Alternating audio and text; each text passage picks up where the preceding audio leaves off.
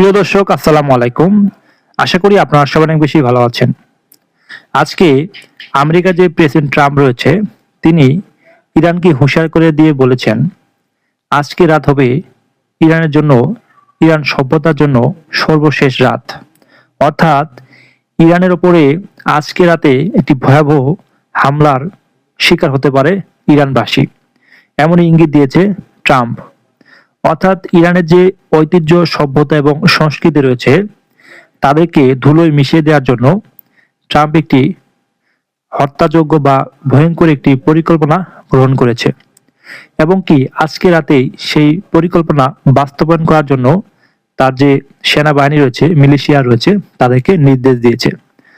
অর্থাৎ আজকে রাতে ইরানের উপরে যে বোমাবর্ষণ হবে, এমনকি ইরানের উপরে একটি অলৌকিকভাবে হয়তোবা একটি রহস্যজনক কোনো হামলা হতে পারে আজকে রাতে, এমন তিনি হুঁশিয়ার করে দিয়ে বলেছেন। এবং ইরানের যে সাধারণ নাগরিক রয়েছে, তাদেরকে সতর্কতায় থাকার জন্য আহ্বান জানিয়েছে। কথা হচ্ছে, আজকে রাতে কি তিনি পারমাণবিক বোমা হামলা করবে কিনা সেটিও কিন্তু পরিষ্কার হয়নি।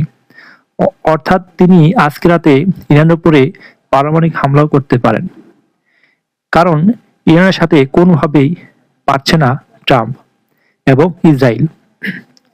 ইরানের যে অত্যাধুনিক যে আকাশ প্রতিরক্ষা ব্যবস্থা এবং তাদের যে সুকৌশল এবং তাদের যে কেন্দ্রীয় নেতা বা যে প্রধান প্রধান যে নেতা রয়েছে, তারা মারা যাওয়ার পরও আমেরিকাকে সঠিক এবং দাঁত ভাঙা জবাব দিচ্ছে ইরান। তারই প্রেক্ষিতে ট্রাম্প এবং নেতানিয়াহুর মাথায় ভূত চেপেছে। তারা কি করে বসবে তার কোনো নিশ্চয়তা নেই। আজকে ইরান এবং ইরানের মধ্যে ইরানের যে সবচেয়ে বড় শহর কিষান শহর, সেই শহরে ব্যাপক হারে বোমা হামলা করেছে এবং সেখানে যে একটি জনবহুল এবং ঐতিহ্যগতভাবে একটি রেল লাইন রয়েছে, সেই রেল লাইনও হামলা করেছে। আজকে রাতে হয়তোবা ট্রাম্প ইরানের উপরে পারমাণবিক অস্ত্র ব্যবহার করতে পারে, অথবা সাদা ফসফরাস সেটিও ব্যবহার করতে পারে। সাদা ফসফরাস এমন একটি রাসায়নিক পদার্থ যেটি বাতাসের সাথে মিশে যায় এবং মানুষের হাড় এবং মাংস গলিয়ে ফেলে। এই সাদা ফসফরাস এটি হামলা করেছিল ইসরায়েল ফিলিস্তিনিদের ওপর এবং সেখানে অনেক মানুষ হতাহত হয়েছে এবং লেবাননও হামলা চালিয়েছিল ইসরায়েল। সাদা ফসফরাস অথবা পারমাণবিক বোমা, এই দুটির ভিতরে যে কোনো একটি হামলা করতে পারে আজকে রাতে এবং কি মুহুর্মুহু গোলা বর্ষণ করতে পারে ইরানের গুরুত্বপূর্ণ স্থাপনায় এবং সেই সাথে তার যে বিদ্যুৎ কেন্দ্র রয়েছে পারমাণবিক, সেখানেও হামলা চালাতে পারে।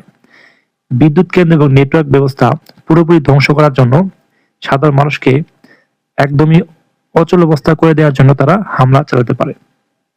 ট্রাম্পের এই হুঁশিয়ারি মানুষ খুব গভীরভাবে এবং উদ্বিগ্ন এবং তার এই সকল কথাবার্তার নিন্দা জানিয়েছে বিভিন্ন বিশ্লেষকরা এবং তাকে থামানোর জন্য অনেক দেশ চেষ্টা চালিয়ে যাচ্ছে, কিন্তু ইরানের জন্য সেটি হচ্ছে না।